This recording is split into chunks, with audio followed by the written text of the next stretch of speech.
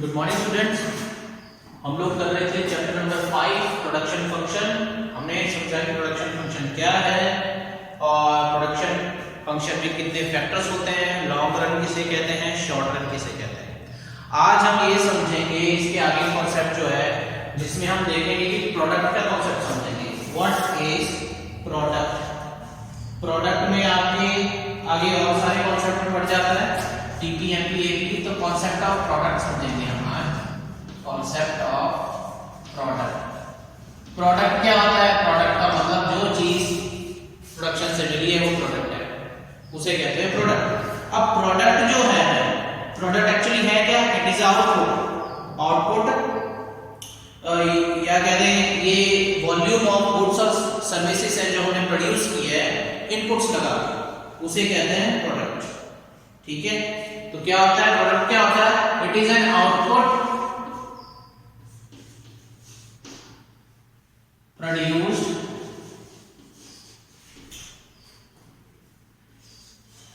By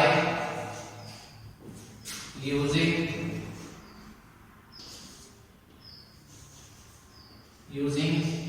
variable, नहीं या variable लिखते, by using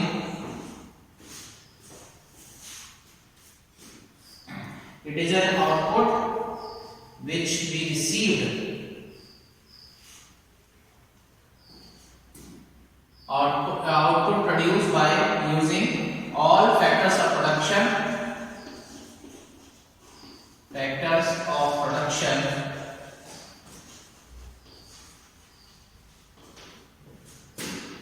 by an industry या a firm, इंडस्ट्री भी लिख सकते हैं, फर्म भी लिख सकते हैं, during given period of time, given period of time. ये गिवन पीरियड ऑफ टाइम में सभी इनपुट्स का, इनपुट कह सकते हैं, फैक्टर प्रोडक्शन कह सकते हैं, उनका इस्तेमाल करके जो हमें आउटपुट मिलता है उसे कहते हैं प्रोडक्ट। प्रोडक्ट ठीक है। अब आउटपुट भी जो है वो तीन तरह का होता है, यानी प्रोडक्ट जो है वो भी तीन पार्ट्स में डिवाइड है। नंबर 1 हो गया टीपी, जिसे हम कहते हैं total product, total product. Number 2 हो गया एमपी, जिसे हम कहते हैं मार्जिनल प्रोडक्ट, मार्जिनल प्रोडक्ट। और नंबर 3 हो गया एपी, जिसे कहते हैं एवरेज प्रोडक्ट, एवरेज प्रोडक्ट। ठीक है। TP MP AP product in तीन पार्ट्स में डिवाइड है। इन तीनों को ध्यान से सुनना क्या होता है। सबसे पहले आता है टीपी। टीपी का मतलब ये होता है कि टोटल आउटपुट जो हमने सारे इनपुट्स को इस्तेमाल करके प्रोड्यूस किया। इसका एग्जांपल यहाँ पे पहले ये देखो टीपी, ठीक है, फिक्स फैक्टर तो फिक्स ही रहेगा, ठीक है, तो ये 1 कांस्टेंट है। ये है इनपुट जिनमें चेंज आता है, वेरिएबल फैक्टर, जिसे हम लेबर मान लेते हैं, वेरिएबल फैक्टर। कह रहे सारे इनपुट्स का इस्तेमाल करके जो हमने टोटल प्रोड्यूस किया है उसे कहते हैं टोटल प्रोडक्ट। जैसे यहाँ पे हमने एक इस्तेमाल करके 10 प्रोड्यूस कर दिया, यहाँ 2 इनपुट इस्तेमाल करके 30 प्रोड्यूस कर दिया हमने, यहाँ 3 इनपुट इस्तेमाल करके हमने 45 प्रोड्यूस कर दिया। तो ये टोटल प्रोडक्ट है जो हमने, टोटल आउटपुट है जो हमने सारे के सारे इनपुट्स का इस्तेमाल करके प्रोड्यूस किया, उसे कहते हैं टीपी। ठीक है, तो आपकी किताब में लिखा है total product refers to total quantity of goods produced by a firm during a given period of time with given number of inputs, given number of inputs। ये हमारा इनपुट है, हमने इतने इनपुट लगाया। पहले में हमने एक इनपुट लगाया, टोटल हमने 10 यूनिट प्रोड्यूस की। दूसरे में 2 इनपुट लगाया, टोटल हमने 30 यूनिट प्रोड्यूस की। तीसरे में 3 इनपुट लगाया, टोटल 45 यूनिट प्रोड्यूस की। ठीक है, ये कैसे बनाना है टेबल, ये मैं आपको भी समझाऊंगा कैसे बनता है। पहले ये समझ लो टीपी एमपी होता क्या। दूसरा आ गया मार्जिनल प्रोडक्ट। मार्जिनल प्रोडक्ट क्या होता है? मार्जिनल प्रोडक्ट होता है कि एक एक्स्ट्रा यूनिट इस्तेमाल करने से जो आउटपुट में चेंज आ रहा है उसे कहते हैं मार्जिनल प्रोडक्ट। एक एडिशनल इनपुट लगा के जो आउटपुट में चेंज आ रहा है उसे कहते हैं मार्जिनल प्रोडक्ट। अब यहाँ पर देखो पहला तो 0 है, पहला 1 था, मार्जिनल प्रोडक्ट यहाँ पर भी 1 है, 1 होगा। अब देखो एक और यूनिट लगा दी हमने, 2 यूनिट होगी टोटल इनपुट की, वो लगाने से आउटपुट में कितना चेंज आया, 1 से 30 हुआ, कितना चेंज आया, 20 का चेंज आ गया। अब यहाँ पे एक और यूनिट बढ़ा दी, 3 हो गया, एक और यूनिट बढ़ाने से अब कितने का चेंज आया, 15 का चेंज आ गया। ठीक है, ये होता है मार्जिनल प्रोडक्ट कि एक एडिशनल यूनिट इनपुट की लगा के आउटपुट में जो चेंज आता है, यानी हम कह दें एक एडिशनल यूनिट इनपुट की लगा के टीपी में जो चेंज आता है, टोटल प्रोडक्ट में जो चेंज आता है उसे कहते हैं मार्जिनल प्रोडक्ट। ठीक है, थर्ड आ गया एवरेज प्रोडक्ट। क्या होता है एवरेज प्रोडक्ट का मतलब ये होता है output per unit of input. हर एक यूनिट पे एवरेज हम कितना प्रोड्यूस कर रहे हैं। जैसे देखो यहाँ पे एक यूनिट पे पहले भी तो टेंडेंट सेम है, यहाँ पे 2 यूनिट है, 2 यूनिट पे टीपी कितना था, 30। अब हम अगर 30 को 2 से डिवाइड करें तो आ रहा है 15, मतलब हर एक यूनिट पे 15 की प्रोडक्शन होती है। तीसरा में देखो टीपी कितना है, 45, टोटल कितनी यूनिट हमने प्रोड्यूस इस्तेमाल किए इनपुट की, 3 यूनिट। अब अगर 45 को 3 से हम डिवाइड करें तो फिर आ रहा है 50, मतलब हर एक यूनिट पे 50 एवरेज प्रोडक्शन हो रही है, तब जाके हमें 45 टीपी मिला टोटल। अगले में देखो यहाँ पे टीपी है 52 और यहाँ पे कितना है इनपुट 4। इसका मतलब क्या है कि अगर हम 52 को 4 से डिवाइड करते हैं तो क्या आ रहा है 30, मतलब हर एक यूनिट पे हमने एवरेज 30 प्रोडक्शन की है, तो 4 और 30 को जोड़ के हमें मिल गया 52 टोटल आउटपुट। ठीक है, इसे कहा जाता है average product, production per unit of input, that is called average product. ठीक है, अब इनको निकालने का फॉर्मूला देखो ताकि आपको टेबल भी समझ आ जाए कैसे बनता है।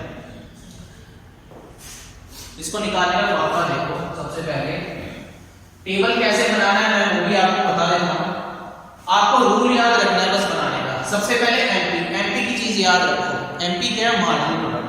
हमेशा याद रखना एक कॉन्सेप्ट है आपकी किताब में जिसे कहा जाता है law of diminishing returns. Diminishing returns, law of diminishing returns. Law of diminishing returns है क्या, सिंपल वर्ड्स में कहें, लॉ ऑफ डिमिनिशिंग रिटर्न्स का मतलब ये है कि जैसे जैसे हम फिक्स फैक्टर के साथ वेरिएबल फैक्टर की यूनिट बढ़ाते जाते हैं, यहाँ पे बढ़ाते जा रहे हैं ना, पहले 1 है, फिर एक और बढ़ा दी, फिर एक और बढ़ा दी, एक और बढ़ा दी, तो जो इन आउटपुट है वो एक टाइम पे इंक्रीज होने के बाद डिक्रीज होना शुरू हो जाता है। जो आउटपुट है वो कंटिन्यूअसली डिक्रीज होता जाता है। जैसे फॉर एग्जांपल दूं आपको मैं लॉ ऑफ डिमिनिशिंग रिटर्न्स का, पहले आपकी किताब में क्या लिखा है, पहले आपको मैं वो बताता हूं, फिर आपको एग्जांपल बताता हूं इसका। लॉ ऑफ डिमिनिशिंग रिटर्न्स किताब में लिखा है आपके, law of diminishing returns state that when more and more unit of variable factors are employed with fixed factor, the marginal product of a variable factor must fall. marginal product MP देखना आपने ये वाला, कह रहे जैसे जैसे fix factor के साथ वेरिएबल फैक्टर की यूनिट बढ़ाते जाएंगे MP जो है कम होता जाएगा।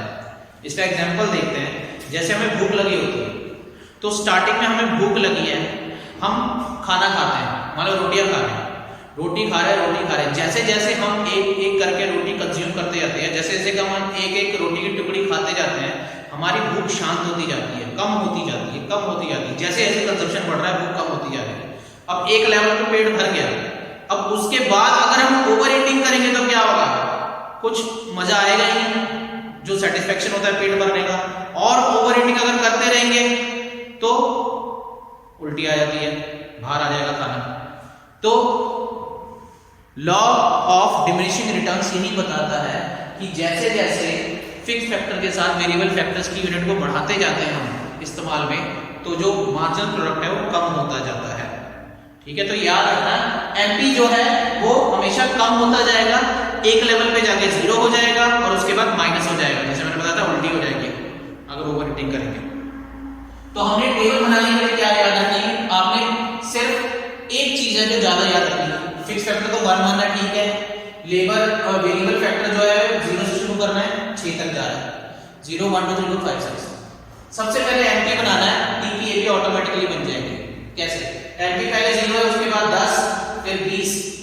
देखो 10 के बाद 10 इंक्रीज हुआ यहाँ पे, उसके बाद 20। अब यहाँ पे सिर्फ 10 से 20 हो गया, फिर 15 हो गया, ठीक है, फिर 7 हो गया, फिर 0 हो गया, फिर -4 हो गया। मतलब देखो हर बार ये कम होता जा रहा है। 10 के बाद एक बार इंक्रीज हुआ, यहाँ पे +10 हुआ, उसके बाद यहाँ -5 हो गया, तब जाके 15 हो गया। 15 में से फिर कितने -8 कर दिए, फिर यहाँ से -7 हो गया, फिर 0 आ गया, फिर -4 हो गया, फिर -4 आ गया। मतलब एमपी क्या बताता है, मैंने बताया था जैसे जैसे हम खा रहे हैं हमारा सेटिस्फेक्शन बढ़ रहा है, एक लेवल के बाद वो कम होता जाएगा, फिर उल्टी आ जाएगी। तो वही है एमपी कि स्टार्टिंग में एमपी देखो इंक्रीज हो रहा है, 1 यूनिट इंक्रीज हो गया, उसके बाद देखो कम होता जा रहा है, फिर 0 हुआ, फिर -4 होगा। तो आपको सिर्फ ये चीज याद रखनी पड़ेगी, 10 20 15 7 0 -4। जरूरी नहीं यही याद रखना है, आप अपने हिसाब से कुछ भी लिख सकते हैं अगर आपको कॉन्सेप्ट क्लियर है तो, ठीक है। एमपी का डायग्राम इस तरह से बनता है, ये मैं आपको बनाऊंगा। तो देखो पहले इंक्रीज हो रहा है, फिर एक लेवल पे जाके डिक्रीज होने लग गया, फिर यहाँ पे 0 हो गया, फिर नेगेटिव हो गया। तो देखो यहाँ पे इंक्रीज हो रहा है, फिर डिक्रीज होने लग गया, ये 20 मैक्सिमम पॉइंट है, इसका मैक्सिमम पॉइंट आ गया 20, फिर डिक्रीज हो रहा है, फिर यहाँ पे 0 आ गया, यहाँ पे नेगेटिव आ गया। ये डायग्राम बनाऊंगा मैं, तब आपको और समझ आएगा क्लियर। तो एमपी याद रखना किस तरीके से बनता है। एमपी याद है तो टीपी और एपी बन जाएंगे। अब कैसे बनेंगे ये देखो। सबसे पहले एमपी निकालने का फॉर्मूला आपको बताता हूं। एमपी निकालने का फॉर्मूला है, दो फॉर्मूले हैं, टीपीएन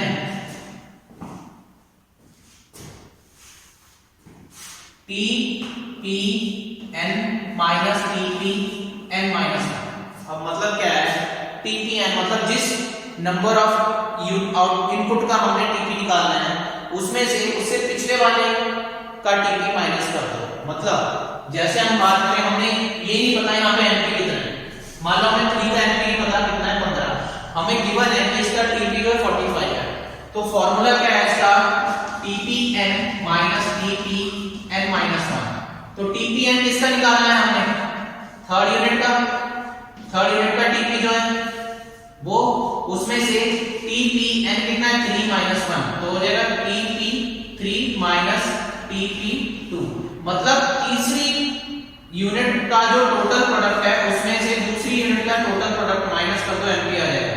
तीसरी का कितना है 45, उससे बाद दूसरी का कितना है 30, माइनस कर दिया तो कितना आ गया 15। तो हमें पता लग गया 3 पे जो एमपी है वो 15 है, ठीक है।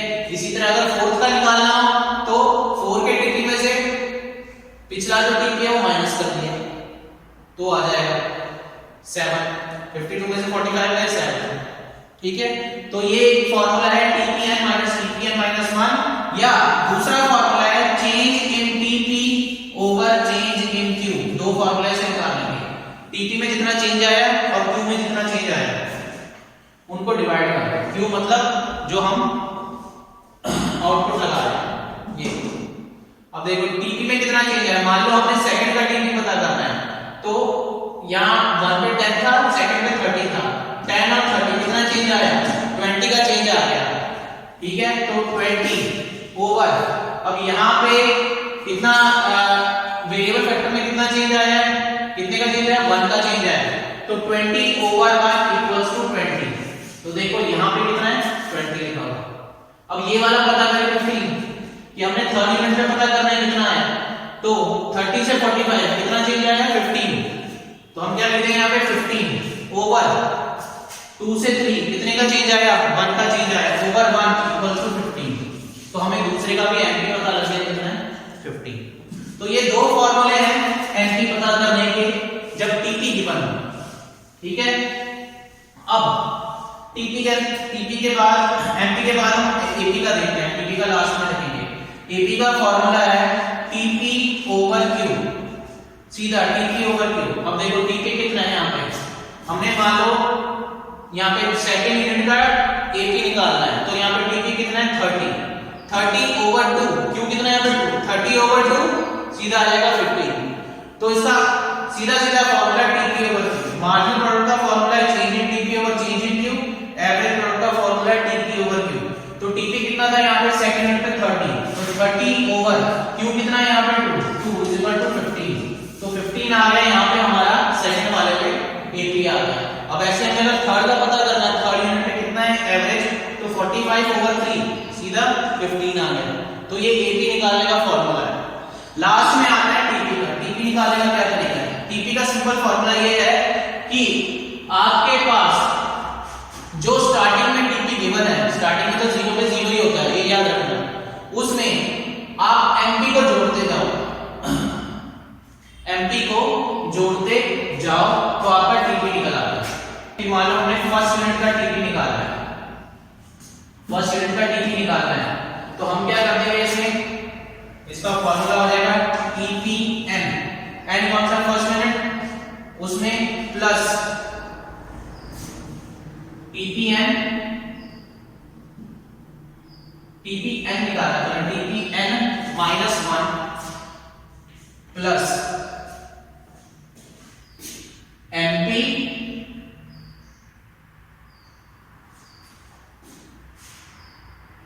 एन, एमपीएन यहां पे आएगा एमपीएन, ठीक है। अब देखो फॉर्मूला आपको दिखाता हूं। हमने मान लो फर्स्ट यूनिट का टीपी निकालना है, तो फॉर्मूला क्या है यहाँ पे टीपीएन माइनस 1 प्लस एमपीएन, ठीक है। अब हमने निकालना कौन सी यूनिट का था, फर्स्ट यूनिट का निकालना था, तो टीपीएन कितना है, टीपीएन है 1 माइनस 1 प्लस एमपीएन कितना है फर्स्ट यूनिट का, मतलब एमपी भी किस यूनिट का होगा, फर्स्ट यूनिट का ही होगा। तो देखो टीपीएन माइनस 1 कितना आ गया, टीपी 0 प्लस एमपी 1, तो मतलब जो 0 यूनिट का टीपी है उसमें फर्स्ट यूनिट वाले एमपी को ऐड कर देंगे। 0 यूनिट पे टीपी कितना है 0 प्लस फर्स्ट यूनिट पे एमपी कितना है 10, तो 0 प्लस 10 इज इक्वल टू 10। तो पहला हमारा आ गया फर्स्ट यूनिट पे टीपी कितना है 10। अब ऐसे अगर 30 का निकालना है, मतलब सेकंड यूनिट का निकालना है, तो सेकंड यूनिट का क्या होगा, अगेन फॉर्मूला वही है टीपीएन माइनस 1 प्लस एमपीएन। तो टीपीएन किसका निकालना है हमें, थर्ड यूनिट का minus 1 plus MPN, third unit का ही जोड़ेंगे उसमें, तो 3 माइनस 1 क्या हो जाएगा, TP two minus MP sorry plus MP three, मतलब सेकंड यूनिट का जो टीपी है उसमें थर्ड यूनिट का एमपी जोड़ देंगे। तो सेकंड यूनिट पे टीपी कितना है, सेकंड यूनिट पे टीपी कितना है 10, ठीक है। हमने कौन सा सॉरी हमने थर्ड का निकालना है, हां सेकंड यूनिट पे कितना है 30 है, तो ये देखो 30 प्लस थर्ड यूनिट पे एमपी कितना है 15, तो हमने इसमें 15 जोड़ दिया, तो कितना आ गया 45।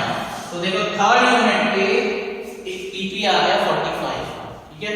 तो ये तीन फॉर्मूले हैं टीपी एमपी एपी को निकालने के, जो आप लोगों को सही ढंग से पता होने चाहिए, क्योंकि कई बार मिसिंग आ जाता है, टेबल में कुछ मिसिंग आ जाते हैं और वो फाइंड करने होते हैं। तो ये तीन तरीके हैं, ये फॉर्मूला अगर आपको पता है तो उससे आप निकाल सकते हो इजीली, ठीक है। So that was all in today's class. इसको अच्छे तरीके से कर लेना, समझ नहीं आए तो बार बार प्रैक्टिस करना, नहीं तो मुझे पूछना अगर डाउट होगा आपको तो। So that was all in today's class. इसको अच्छी तरह से एक बार प्रैक्टिस कीजिए।